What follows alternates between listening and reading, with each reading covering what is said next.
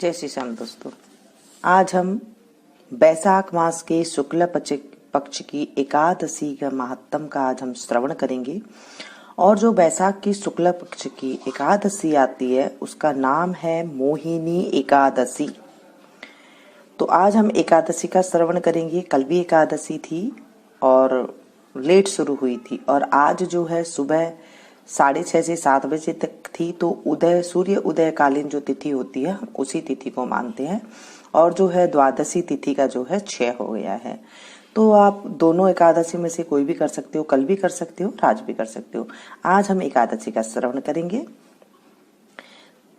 तो चलिए शुरू करते हैं। बोले विष्णु भगवान की जय, बैसाख मास की जय, एकादशी महात्म की जय। धर्मराज युधिष्ठिर बोले, हे कृष्ण, बैसाख माह में शुक्ल पक्ष की एकादशी का क्या नाम तथा क्या कथा है? इसकी व्रत करने से कौन सी विधि है? सो सब विस्तार पूर्वक कहिए। श्री कृष्ण भगवान बोले, हे धर्मनंदन, मैं एक कथा कहता हूँ जिसको महर्षि वशिष्ठ जी ने श्री रामचंद्र जी से कहा था। श्री रामचंद्र जी बोले, हे गुरुदेव, आप मुझसे कोई ऐसा व्रत कहिए जिससे समस्त पाप और दुख नष्ट हो जावे। महर्षि बोले, हे राम, आपके नाम के स्मरण मात्र से ही मनुष्य पवित्र हो जाता है। इसलिए आपका यह प्रश्न लोक हित में अवश्य होगा। बैसाख माह के शुक्ल पक्ष में एकादशी होती है, उसका नाम मोहिनी है। इस एकादशी का व्रत करने से मनुष्य के समस्त पाप तथा दुख छूट जाते हैं। इसके व्रत के प्रभाव से प्राणी मोह जाल से छूट जाता है। अतः हे राम, इस एकादशी का व्रत दुखी मनुष्य को अवश्य ही करना चाहिए। एकादशी के व्रत से मनुष्य के समस्त पाप दुख नष्ट हो जाते हैं। अब आप इसकी कथा सुनिए। सरस्वती नदी के किनारे एक भद्रावती नगरी में एक धनपाल नाम का धन धान्य से पुण्यवान एक वैश्य रहता था। वह अत्यंत धर्मात्मा था और विष्णु भगत था। उसने नगर में अनेकों भोजनालय, प्याऊ, कुआं, तालाब, धर्मशाला आदि बनवाए। उसने सड़कों के किनारे अनेक वृक्ष लगवाए। उस वेश्ये के 5 पुत्र थे। उसका सबसे बड़ा पुत्र अत्यंत पापी था। वह दूसरों की स्त्रियों के साथ भोगविलास करता था। वह महान नीच था और देवता पितृ आदि को नहीं मानता था। वह अपने पिता के धन को बुरे व्यसनों में खर्च किया करता था। इस पर उसके पिता, भाइयों तथा कुटुंबियों ने घर से बाहर निकाल दिया और उसकी निंदा करने लगे। घर से निकाल देने के बाद धन नष्ट हो जाने पर वेश्याओं ने तथा गुंडों ने भी उसका साथ छोड़ दिया। अब वह भूख और प्यास से दुखी रहने लगा। अब उसने चोरी करने का विचार किया और रात्रि में चोरी करने लगा।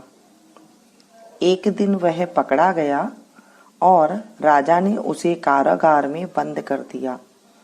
कारागार में राजा ने उसको बहुत दुख दिए और उससे नगर छोड़ने को कहा।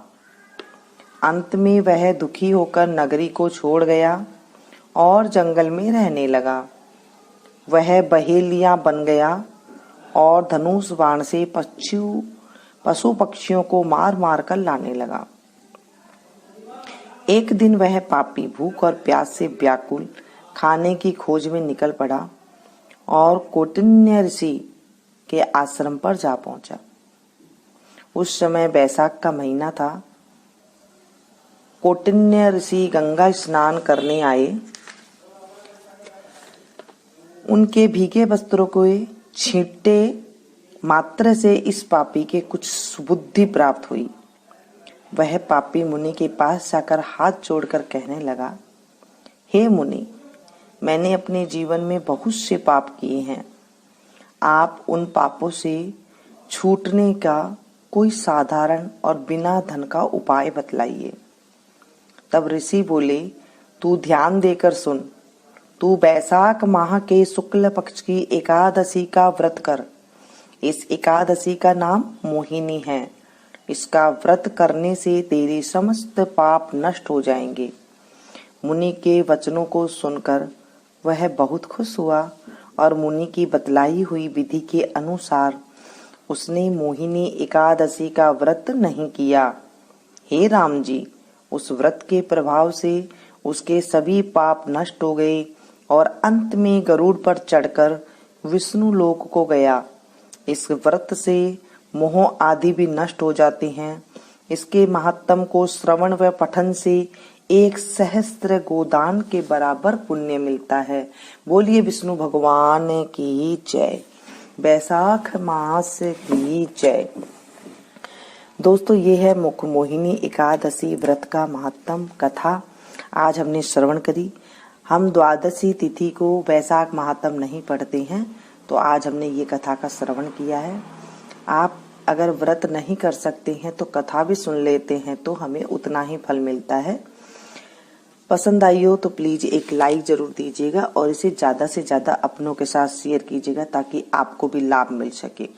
जब आप किसी और के पास इसे शेयर करते हैं तो वो जब सुनते हैं तो उनका भी जो पुण्य होता है उसमें से आपको 16वां हिस्सा मिल जाता है। जैसे मैंने आपको सुनाई तो आपका पुण्य का 16वां हिस्सा मुझे मिला। जब आप किसी और को सुनाएंगे तो उनका पुण्य का हिस्सा आपको भी 16वां हिस्सा मिल जाएगा। जब वो किसी और को शेयर करेंगे तो उन्हें भी ये हिस्सा मिल जाता है। ऐसा हमारा ग्रंथों में कहा गया है, ये मैं नहीं कह रही हूँ। जब हम अच्छी बातें, अच्छी कथा का श्रवण करते हैं तो अपने आप ही जो है पाप का नाश हो जाता है और पुण्य की प्राप्ति अपने आप होने लग जाती है और हमें सुख की प्राप्ति अवश्य ही होती है। तो दोस्तों, इतने अच्छे पुण्य का काम हमें नहीं छोड़ना चाहिए। हमें अच्छे से अच्छा कथा का और ये जो बैसाख महात्म का श्रवण अवश्य करना चाहिए। मिलती हूँ मैं एक नए अध्याय के साथ। Thank you.